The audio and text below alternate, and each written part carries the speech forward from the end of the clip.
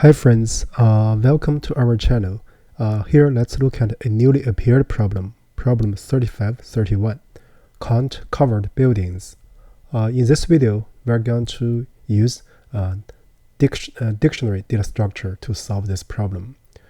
So basically here we are given a positive integer n representing an n by n city. We are also given a 2D grid called buildings.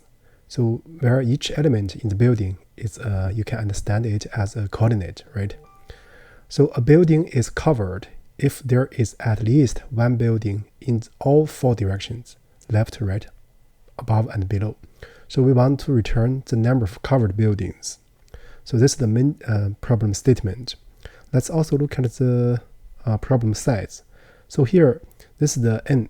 It can be very large, and the number of building is bounded above by 10 to the power 5. We need to take time complexity into consideration. Here, all coordinates of buildings are unique, right? This is an important assumption. So with that said, let's look at the two examples. So actually from this definition, a building is covered. We can interpret that all the boundary buildings are not covered. For example, this red crossings are not boundaries, right? So here, all the fours are boundaries. Therefore, in example 2, the return is 0.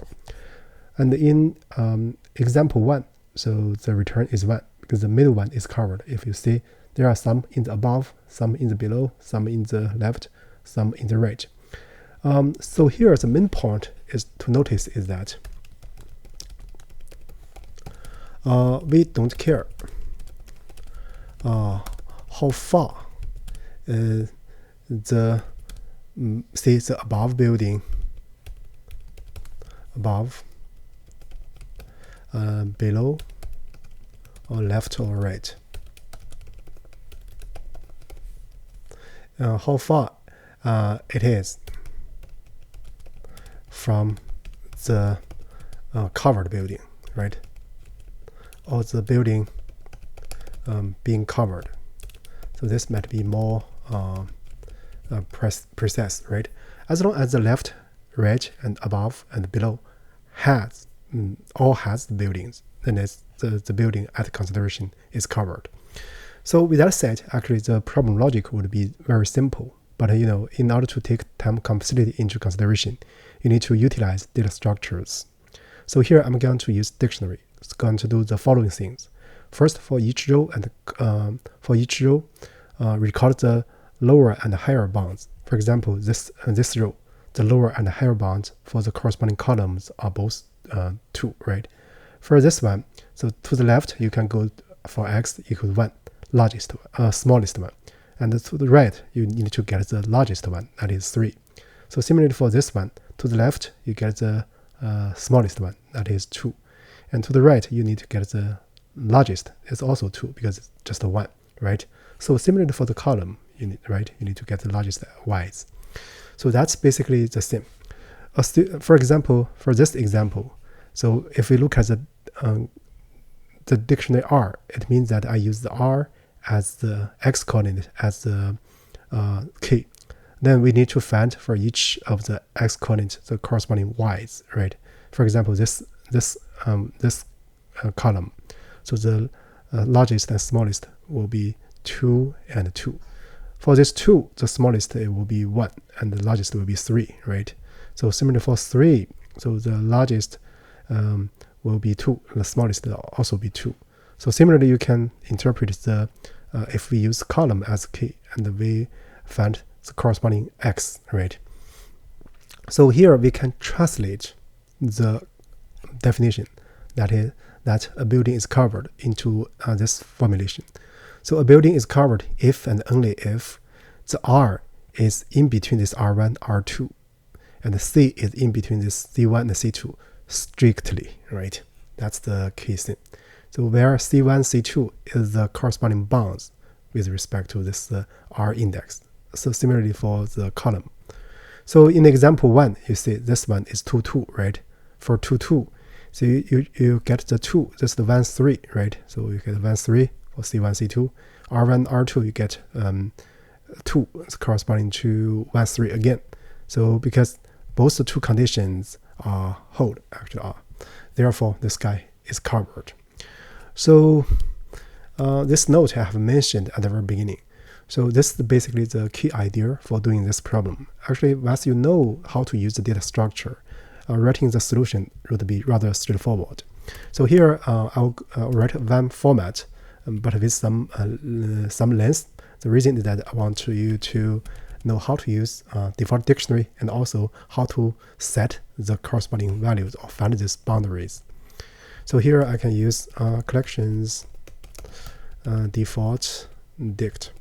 So here I want to map everything to be a 9 first. And then I'm going to find the lower bound, upper bound, right? So dict C. So it's going to be collections, the same thing, right? Default dict lambda. So map to 9, right? Then I'm going to iterate over the buildings. So here, let me change this one to be B, right? Just for the ease of writing. So for RC in B, right? So here, let me write low and high. It's going to be dict R and R, right? For each X index, I want to get the largest seeds, right? First, if low is none, right? And then I'm going to set dict R corresponding to this R, the first element, because both are none originally, right? So I'm going to set it to be low. This is the if the low is not set yet. In other words, it's not. If it were set, what we are going to do? 0 would be the mean of this low, and also this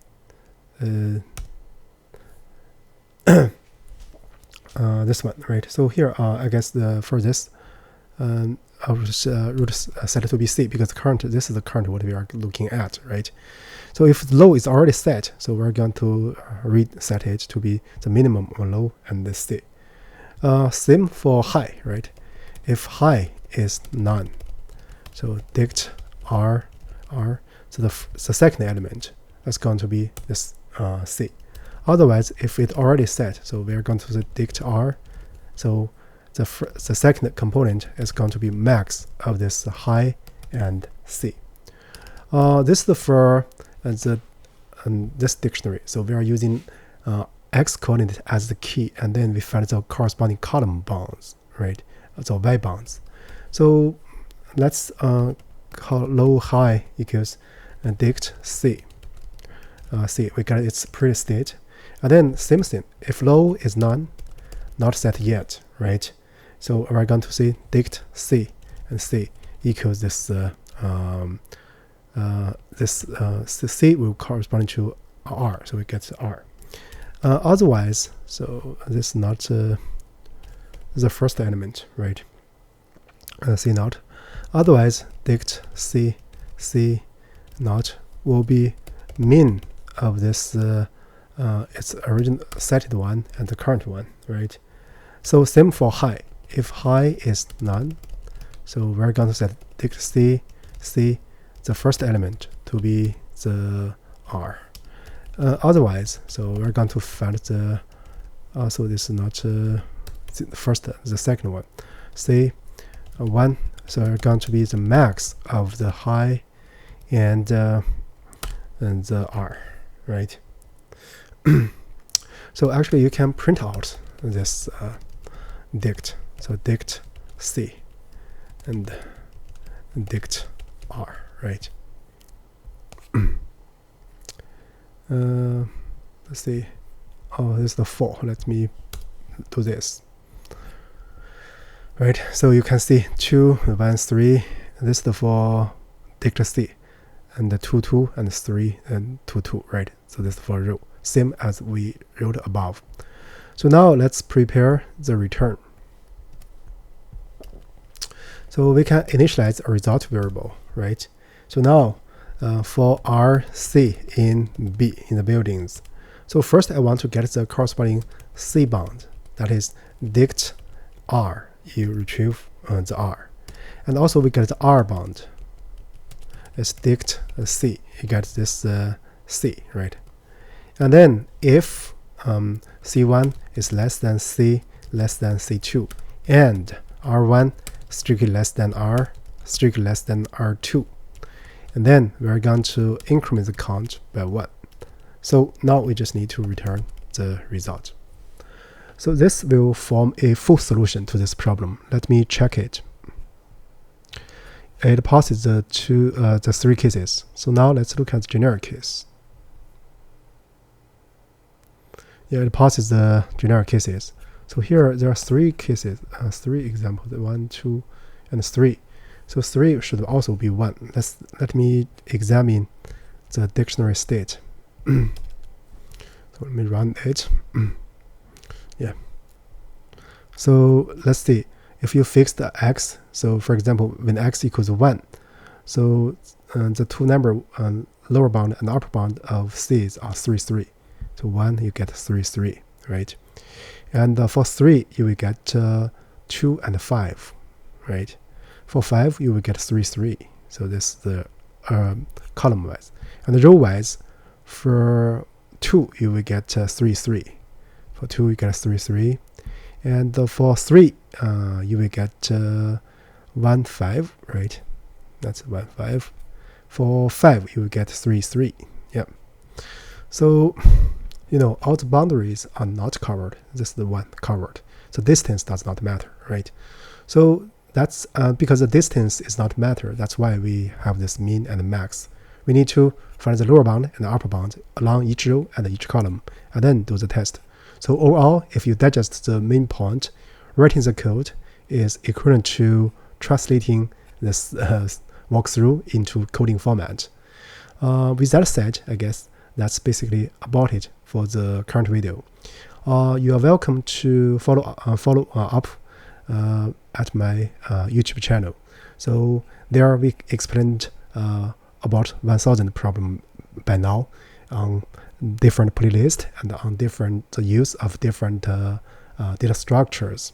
So with that said, that's it for the current video. Thank you for watching.